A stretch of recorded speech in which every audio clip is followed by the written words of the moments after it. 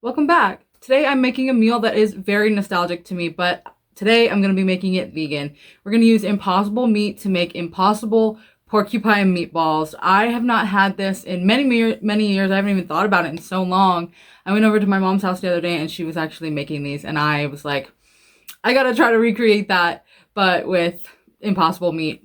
Impossible Meat should be sponsoring me by this point, but they're still not. Now, apparently porcupine meatballs are typically made in tomato sauce. Now, I didn't know that until literally this morning.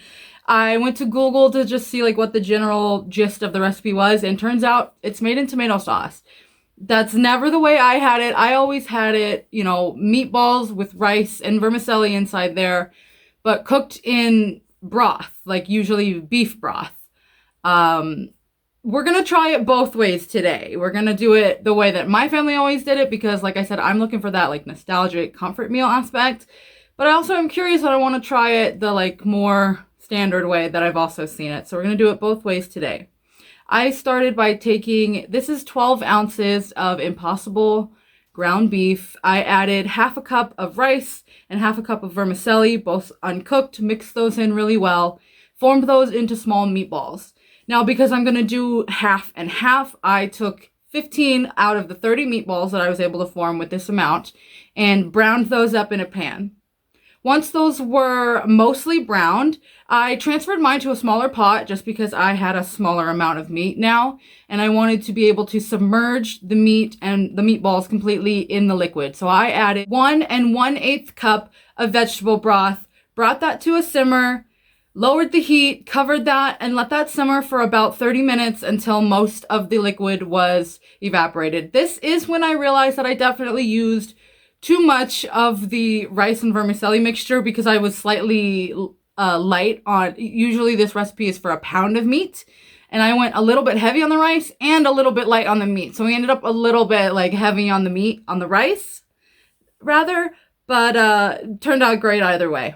I also took the other half of the meatballs, browned those until they were mostly browned, and cooked those in 1 cup of tomato sauce and 1/8 cup of water. Same thing, bring those to a simmer, reduce the heat, cover, let those simmer for about, these took a little bit longer though. These took about 40 minutes to simmer, and I had to add a slight bit more water towards the end. Cooking times might vary a little bit on that one. A common side dish that my family would have with this would be garlic green beans. So I threw some green beans, butter, garlic, onion, salt, and pepper, and heated those until the butter coated all of the green beans. And I think both versions of the meatball ended up turning out really, really great. So I went, of course, for my version first. I was absolutely thrilled to taste it. It was exactly as I remembered. It was soft.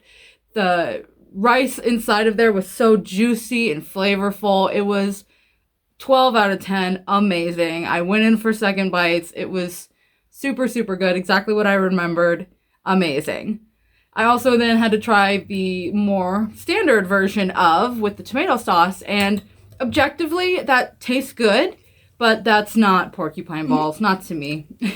And then those green beans really just brought everything home for me. Like I said, I am definitely going for nostalgia on this one, and I nailed it. I am personally going to just nix the meatballs that have the tomato sauce. Those are not doing it for me, but the vegetable broth meatballs and the green beans, mwah, chef's kiss, so good.